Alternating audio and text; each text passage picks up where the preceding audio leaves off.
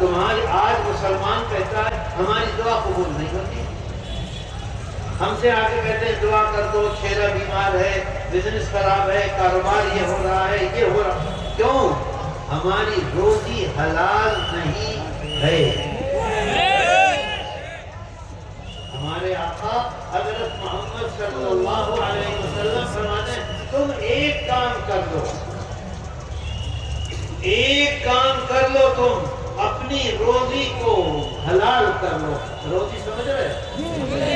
روزی سمجھ رہے؟ اپنی روزی کو حلال کر لو، اللہ تم جب دعا مانگو گے جب قبول کرے گا، جب دعا مانگو گے جب قبول کرے گا۔ میرے دوستو مجھے بتاؤ اس پر عمل کرو گے آج سے؟ ہر ایک عمل کرے گا انشاءاللہ کا مطلب کیا ہے جانتے ہو؟ انشاءاللہ کا مطلب یہ ہے کہ ہم نے چاہا، اللہ نے نہیں چاہا۔ کہو ہم ضرور عمل کی چیسٹا کریں گے انشاءاللہ۔ انشاءاللہ جب ہم کوشش کریں گے، چیسٹا کریں گے، پھر اللہ سے مانگو کہ اللہ ہمیں اس میں کامیاب کر دے، تو ضرور انشاءاللہ کامیابی ملے گی۔ میرے بھائیوں یہ سب سے اہم چیز ہے۔ دیکھو ایک چیز اور بتلا دوں، بس دو بات بتلاؤں گا، مجھے ابھی بہت دور جانا ہے ایک جلسے میں اور دیر ہو گئی، جام میں پھنس گئے تھے۔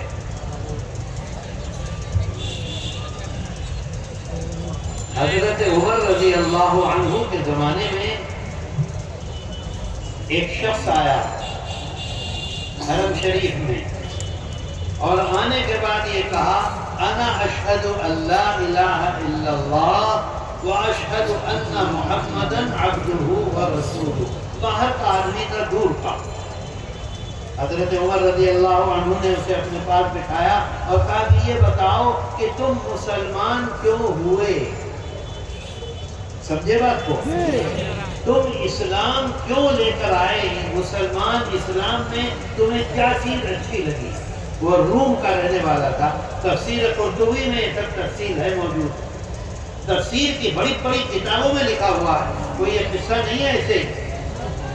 تو اس نے کہا کہ میں نے پوری انجیل پڑھی ہے۔ انجیل عیسائیوں کی کتاب ہے، اللہ نے اتاری تھی۔ پوری توریت پڑھی ہے، پوری زبور پڑھی ہے، اور دوسری کتابیں پڑھی ہیں جو اللہ نے اپنے نبیوں پر، اللہ آخری نبی سے پہلے اتاری تھی۔ بات میری سمجھے آپ لوگ؟ پوری پڑھی ہیں سب۔ کہنے لگے کہ ہمارے علاقے میں ایک مسلمان کو قیدی بنا لیا، قیدی بندی بنا لیا، مسلمان بندی بنا کے آ گیا، نیا دین۔ سب لوگ اس کو دیکھنے کے لیے آتے تھے کہ کون ہے، کیا کہتا ہے۔ کہنے لگا کہ جب میں اس کے پاس گیا تو وہ قرآن کریم کو پڑھ رہا تھا، تلاوت کر رہا تھا۔ کہتا ہے وہ کہ ایک چھوٹی سی آیت سمجھتے ہو؟ قرآن کی ایک آیت، کہتا ہے ایک چھوٹی سی آیت اس نے پڑھی میرے سامنے۔ وہ آیت تمام جتنی بھی کتابیں آئی ہیں آسمان سے، پوری انجیل، پوری زبور، پوری توریت، اس میں جو کچھ لکھا ہوا ہے وہ صرف اس ایک چھوٹی سی آیت میں لکھا ہوا تھا۔ اتنی موٹی موٹی کتابیں، ایک نہیں دسوں، اور اس نے سب پڑھا، اور قرآن کی ایک چھوٹی سی آیت وہ تمام کتابوں سے بڑی وہ ایک آیت ہو گئی۔ جو کچھ اس میں لکھا ہوا تھا وہ صرف اس آیت میں لکھا ہوا تھا۔ کہنے لگا کہ میں نے یہ سوچا، ہزار صفحے پڑھ کر جہاں میں پہنچا، ایک چھوٹی سی آیت قرآن کی ان تمام صفوں کے برابر ہو گئی۔ آ رہی سمجھ میں؟ برابر ہو گئی۔ تو یہ قرآن جو ہے یہ اللہ کی کتاب ہے، کوئی انسان اس کو لکھ نہیں سکتا۔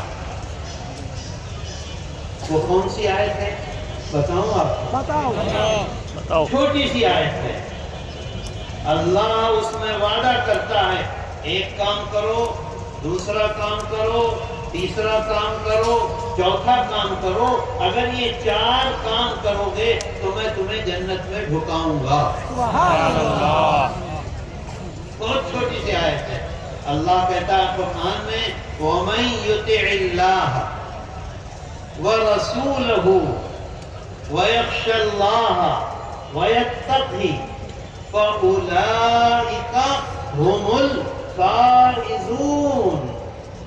کامیاب ہو گیا وہ آدمی، سیدھا جنت میں جائے گا جب دنیا سے جائے گا، اور دنیا میں رہے گا تو یہاں بھی عزت کے ساتھ رہے گا، کامیابی کے ساتھ رہے گا، وہاں جائے گا تو وہاں بھی عزت اور کامیابی ملے گی۔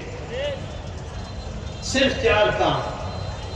میرے دوستو، آج مسلمان اس کے دل میں یہ نہیں آتا کہ مجھ کو جانا ہے اللہ کے پاس اور وہاں جا کے ایک ایک چیز کا مجھے جواب دینا ہے، یہ ہمارے دل میں نہیں آتا۔ دیکھیے، ہم اپنے مردے کو قبرستان لے کر جاتے ہیں، اگر قبر میں دیر ہوتی ہے، سمجھ رہے ہیں میری بات؟ اگر قبر میں دیر ہوتی ہے تو ہم موبائل پہ بات کرتے ہیں کہ نہیں؟ اگر قبر میں دیر ہوتی